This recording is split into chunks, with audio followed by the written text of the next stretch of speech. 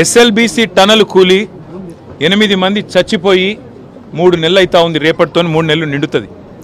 ఇంకో ప్రభుత్వంలో సమర్థుడైన ముఖ్యమంత్రి ఉంటే మంగళగ్రహం నుంచి కూడా ఈ పాటికే తిరిగి మనుషులు అక్కడికి ఎక్కువపోయి ఉంటే ఆడికెళ్ళి తెచ్చేటోళ్ళు. సమర్థవంతమైన ప్రభుత్వం ఉంటే చేసే పని గది. కానీ 3 నెలలు అయితే అసలు ఎస్ఎల్బీసీ టన్నెలు మీ కమిషన్ల ఆరాటంతో మీ కక్కుర్తితోని ఏదైతే కూలిపోయిందో ఇంతవరకు అందులోంచి శవాలను కనీసం తీసే దమ్ము లేదు. కనీసం ఆ పనుల విషయంలో ఏం జరిగిందో చెప్పే పరిస్థితి లేదు. అదేవిధంగా సుంకిశాల రిటైనింగ్ వాల్ కూలిపోయింది.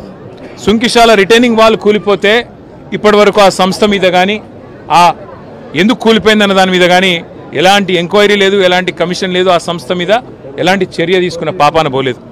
వట్టెం పంప్ హౌస్ మునిగింది కాంగ్రెస్ వచ్చిన తర్వాత, ఇంతవరకు దాని మీద చర్యలు లేవు.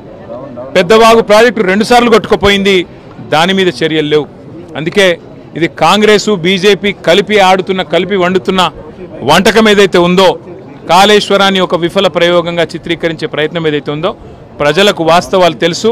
మాకు ఈ దేశంలోని చట్టాల మీద, న్యాయ వ్యవస్థ మీద మాకు సంపూర్ణమైన విశ్వాసం ఉంది. తప్పకుండా ఈ ప్రభుత్వాన్ని మాత్రం తప్పించుకుందామనే ప్రయత్నం చేస్తూ ఉన్నారు. అంటే కమిషన్ల పేరిట, కాలయాపన పేరిట, కమిటీల పేరిట తామిచ్చిన 6 గ్యారంటీలు, 420 హామీలు, వాటిని ప్రజల దృష్టి వాటి నుంచి పక్కకు తీసుకుపోయే ప్రయత్నం ఏదైతే చేస్తున్నారో వదిలిపెట్టే సమస్య లేదు.